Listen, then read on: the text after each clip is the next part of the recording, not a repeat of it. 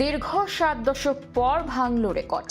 ডিএমকে এবং এআইএডিএমকের দৌড়ত থামিয়ে তামিলনাড়ুর মসনদে এখন নতুন রাজা থালাপতি বিজয়।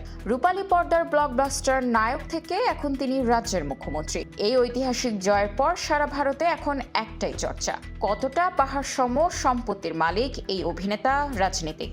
বিজয় নির্বাচনী হলফনামা বলছে তার মোট সম্পদের পরিমাণ 624 কোটি রুপি। এর মধ্যে লিকুইড বা অস্থাবর সম্পত্তি সবচেয়ে বেশি, প্রায় 404 কোটি রুপি। অবাক করার মতো তথ্য হলো তার কোনো ঋণ নেই। একজন সফল বাণিজ্যিক অভিনেতা হিসেবে গত অর্থ বছরেই তার আয় ছিল 184 কোটি 53 লাখ রুপি।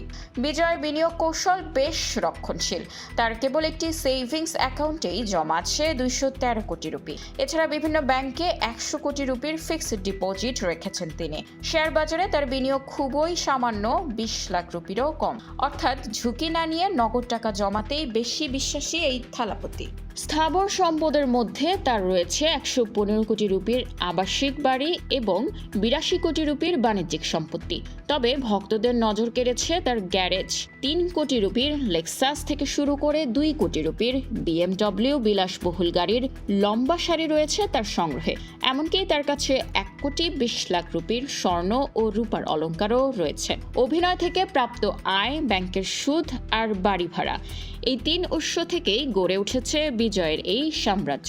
তবে কোটি কোটি টাকার সম্পদের চেয়েও বড় অর্জন তামিলনাড়ুর মানুষের ভালোবাসা, যা তাকে বসিয়েছে মুখ্যমন্ত্রীর চেয়ারে।